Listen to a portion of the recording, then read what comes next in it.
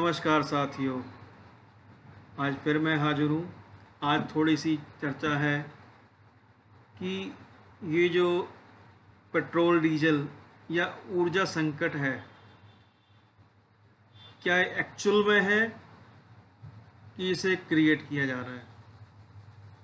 पर भारत के लेवल पर नहीं, बल्कि पूरी दुनिया के लेवल पर जो मेरा विचार है, जो माहौल और पिछले सालों के जो कुछ कारण हैं, कुछ बहुत सारी ऐसी व्यवस्थाएं बनी, कुछ न्यूज़ थी पुरानी, जिसकी वजह से ये ऐसा फील हो रहा है कि ये माहौल क्रिएट किया जा रहा है ताकि जो नई विश्व व्यवस्था लानी है, जो एजेंडा जो 2030 है, उसको पूरा करने के लिए ये बहुत ही ज़रूरी है कि आम जो जनता है वो पेट्रोल डीजल को छोड़कर इलेक्ट्रॉनिक व्हीकल की तरफ जाए।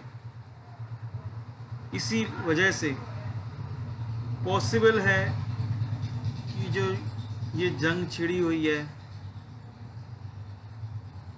इसे जानबूझकर कराया जा रहा है। ये पॉसिबिलिटी है, बाकी आप अपनी समझ से इसको समझ सकते हैं,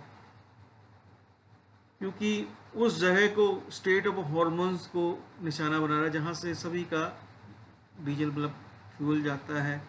इवन किसानी के लिए उर्वरक वहीं से आती है, उसी रास्ते से आती है। जब ये चीज़ हो जाएगी तो ऑटोमेटिक फ्यूल संकट आना ही है, और फिर उसके बेस पे धीरे धीरे धीरे आम जनता को काबू किया जाना है। पेट्रोल डीजल की राशनिंग की जानी, जैसे कि कुछ खबरें आई भी हैं कि चंडीगढ़ जैसे शहर में, दिल्ली में कुछ निर्धारित कर दिया गया है कि इतने से ऊपर, कुछ इतनी दर के ऊपर डीजल पेट्रोल नहीं दिया जाएगा। जैसे कि पिछले इसमें कि 45 दिन में आपको गैस नहीं मिलेगा, 25 दिनों गैस नहीं मिलेगा, इस तरह से शर्तें लगा दी गई हैं। एक प्रकार से हमें ऊर्जा संकट की ओर लिया जा रहा है ताकि हम सरकार के कहने में बाध्य हो जाए, और जो हम संवैधानिक रूप पे हम आज़ादी मानते हैं, अपने आप को आज़ाद समझते हैं, वो धीरे धीरे ख़त्म हो जाए। इस तरह से एक संभावित लॉकडाउन की एक व्यवस्था बन चुकी है, हमें पता भी नहीं है और उस तरह हम जा भी रहे हैं। सेम एक वैसी स्टोरी है जैसे एक मेढक की थी।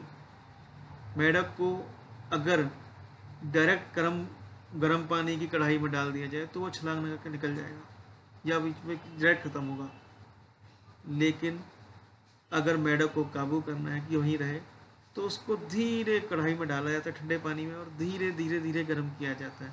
सेम इसी तरह से काफ़ी समय से, बहुत पुराने समय से तैयारी चल रही है, और इसको बूस्ट 2020 कुडोना के द्वारा, मैं नाम गलत दे रहा हूँ, के द्वारा शुरू किया गया।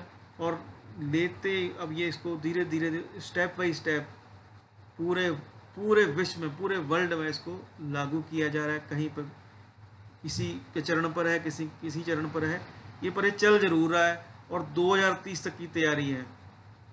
हमारे भारत में तो ये मशहूर ही है, कहानी भी है कि हरनाक्ष जैसे जो राक्षस था वो भगवान बैठा था। इसी तरह से बहुत सारे जो लोग दुनिया में वो भगवान की बराबरी कर रहे हैं, पर वो नहीं जानते परमात्मा तो अथाह है।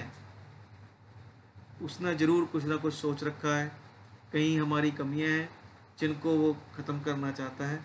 उसके बाद फिर वो हमारे लिए ही, हमारे बीच से ही कोई ऐसे बंदे प्रहलाद जैसे तैयार करेगा, जो इन हरनाक्ष जो हैं, बिल्लू गेट्स, रोकफेलर, रोथस्चाइल्ड परिवार, जो ऐसे हैं जो पूरे संसार को काबू करना चाहते हैं, उन पर फिर वो जीत हासिल करेंगे।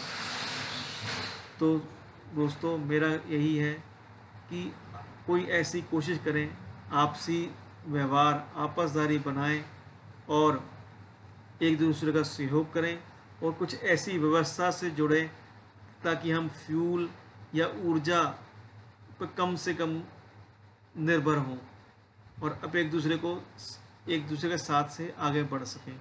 यही मेरी कामना है। धन्यवाद।